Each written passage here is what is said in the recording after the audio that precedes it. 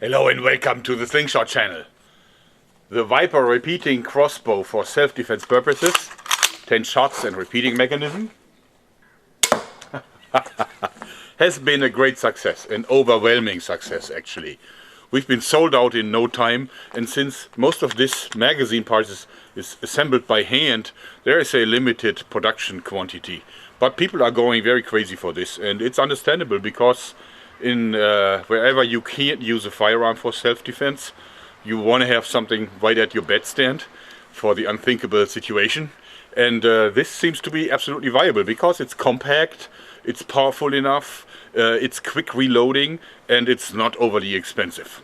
So, great concept, but this is the Slingshot channel, and we must always search to improve things. So, what can we improve on this? Well, there is a more powerful bow limb, but it's still only 80 pounds, while this is about 50 pounds measured. They advertise it at 80 pounds, but it really only is 50 pounds.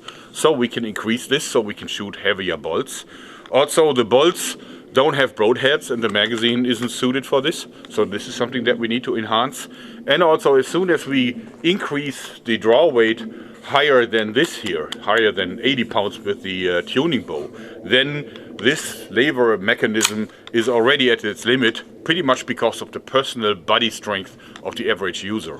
For me, it's not much of a problem because I've been working out forever, but I already saw at my event last year in December that a lot of normal people cannot cock this back without major discomfort. So we have to change the cocking mechanism as well if we want to increase the draw weight.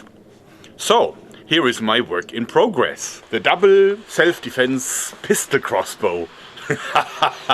Let me show you its features. First, as you can see, you have the option to install a bow above and below the line of fire, the muzzle here. So, you know, you have both possibilities. You can shoot it with just one, and then you have the normal power just like the Cobra, or you can install a second one.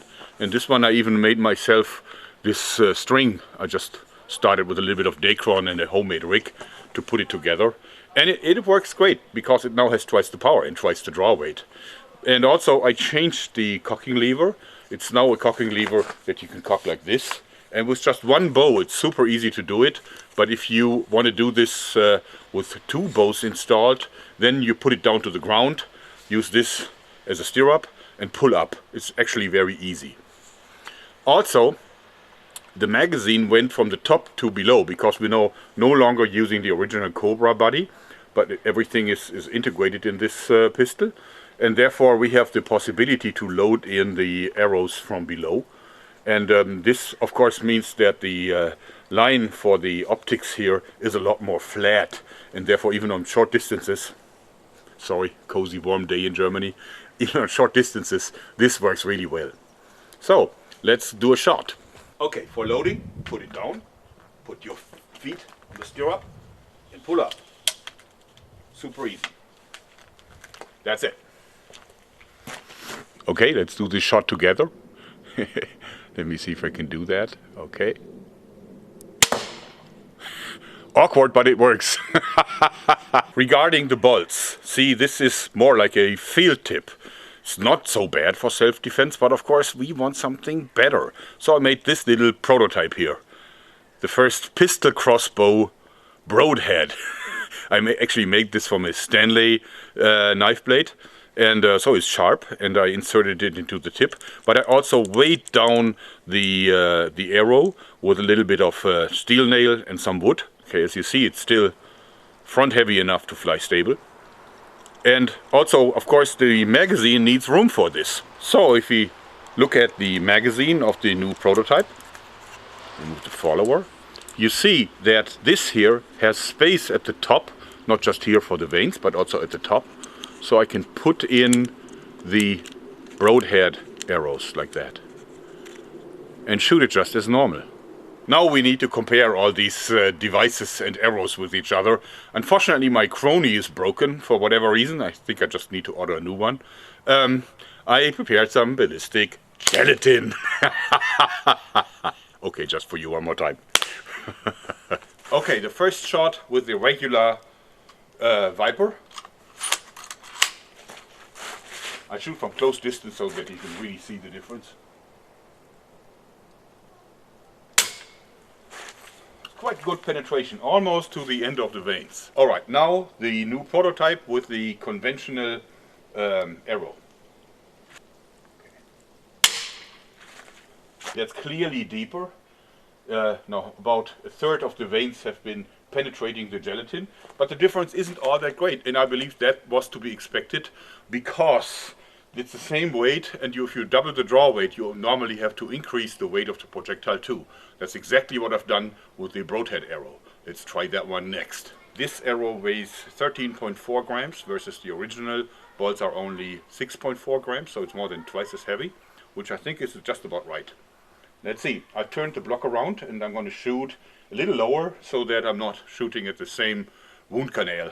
So let's go here. Wow! Yeah, that is different. So this was the normal Viper, and this was the one with the two limbs, but the standard bolt. And this is the heavier bolt with the broadhead. And then of course you can also clearly see that the wound canal is completely different. See, the broadhead really cut a sharp line through the entire block. Serious damage. Now people will start asking, when will it be ready and blah blah blah. It's going to take a long time if this will ever make it into mass production, because mass production is a different issue. First of all, of course, it has to be made from aluminum.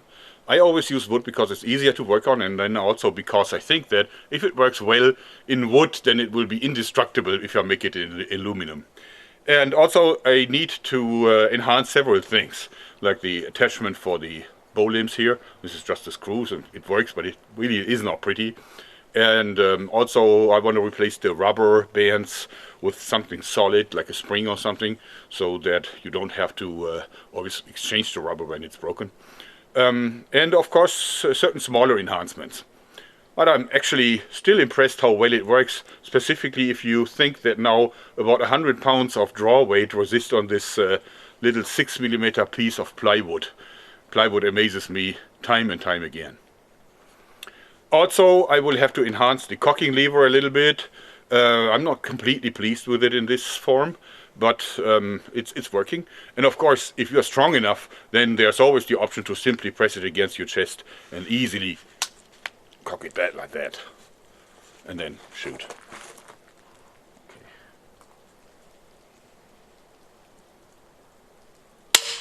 I'm also not even sure if I will keep the two bow concept, because it really adds clumsiness to the entire weapon, and maybe just one bow with the option to use the tuning bow is good enough. And then of course I could even make the line above the line of fire even flatter for more accuracy.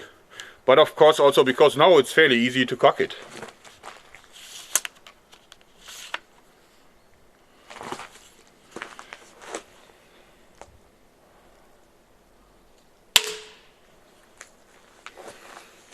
And accurate too.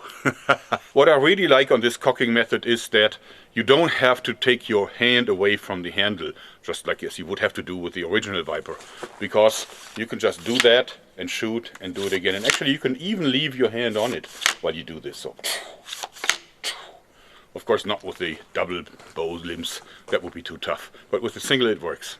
That's not it for today, because I also wanted to show you something different that I made. It's a little challenge that I put to myself, and that is I wanted to make a fully encapsulated rubber-powered shooter for pencils. Fully encapsulated insofar as you don't see any of the rubber. So there inside of here there is rollers, so that this has a pre-stretch, since of course it's only a short draw weight. And it's also pretty much a bullpup system, since the pencil will go in almost all the way. So this is how deep the pencil will go in. And it also has this pushback device to cock it. So just like this. And you push it back to the front, like that. Then you can put in the bolt. And as you see, it almost completely disappears in the muzzle. It's a very weak shooter, but fun. It's weak, as I said, but it's a nice cute little toy, and I think the challenge is mastered. You don't see any of the rubber. Cool, but not powerful. One more shooter This is actually a crossbow pistol that was sent to me in a trade from Martin Hüdepohl, a fellow YouTuber and weapon designer from Germany. But all he does is he makes guns out of Legos, and with great detail. So this one is actually a repeating rubber-powered crossbow for, you know, like for these stones that are in here. So this is the magazine, and this is the, of course, the shooting line, and it has the same kind of AR-15 style drawback system here. And it works. Of course, it's not powerful either, but it's really a fun toy. So you simply push this back, and then one of these stones fall into the lines of fire, and you push it back to the front, and then you're ready to shoot. Just like that. And of course, you can repeat this as often as you like.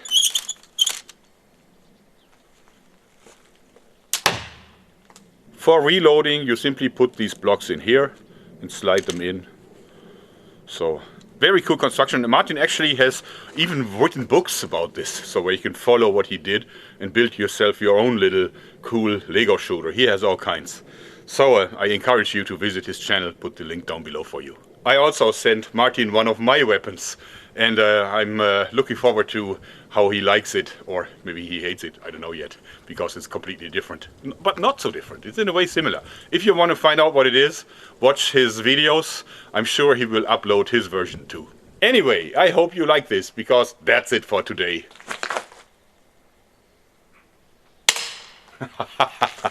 Thanks and bye-bye.